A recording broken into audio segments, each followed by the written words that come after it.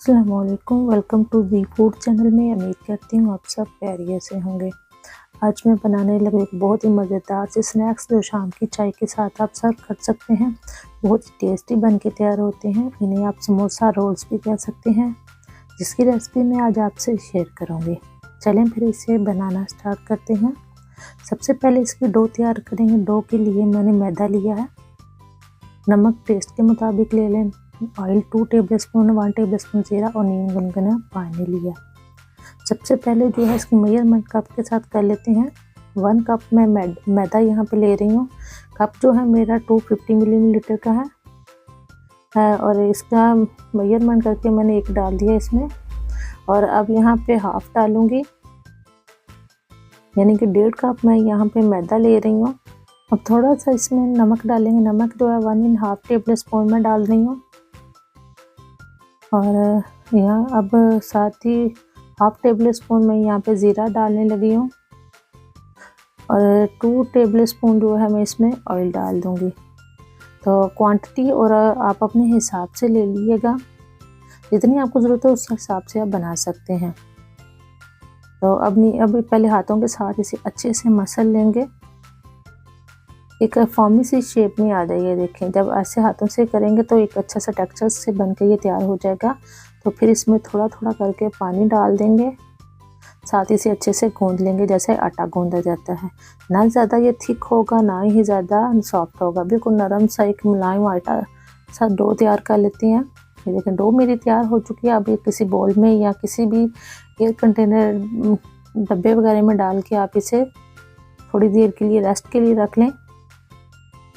ये देखिए, एक दफ़ा आप बना लें। अगर आप ज़्यादा बनाना चाहते हैं तो आप ज़्यादा बना के रख लें, ये ख़राब नहीं होगा। अभी से आधे घंटा रेस्ट के लिए रखते हैं। इतने में हम दूसरा मसाला तैयार कर लेती हूँ।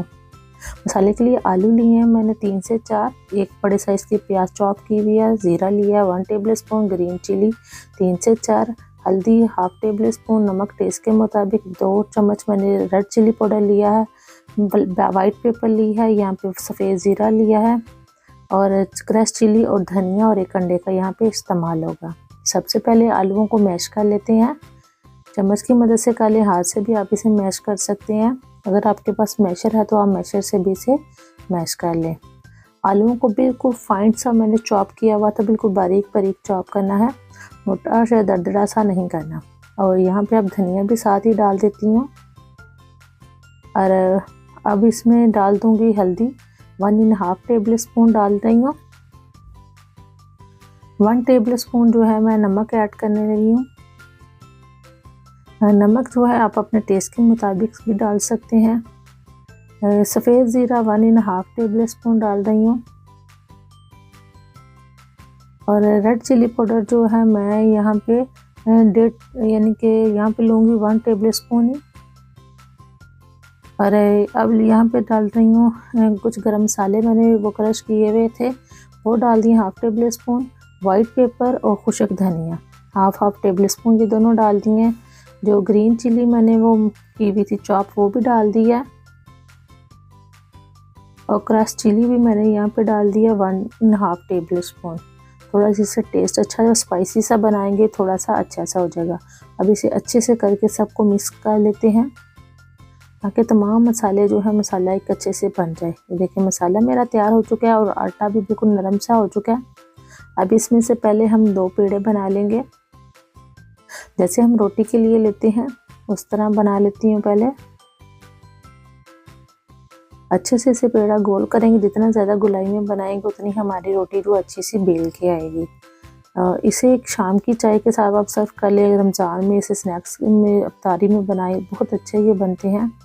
अब ऊपर से हल्का हल्का इसे प्रेस कर लेते हैं इसी तरह और हाथ की मदद से थोड़ा सा इसे बेल लेते हैं पहले, ताकि इसके किनारे भी अच्छे से बारीक हो। अब बेलने की मदद से मैंने इसे बेल लिया।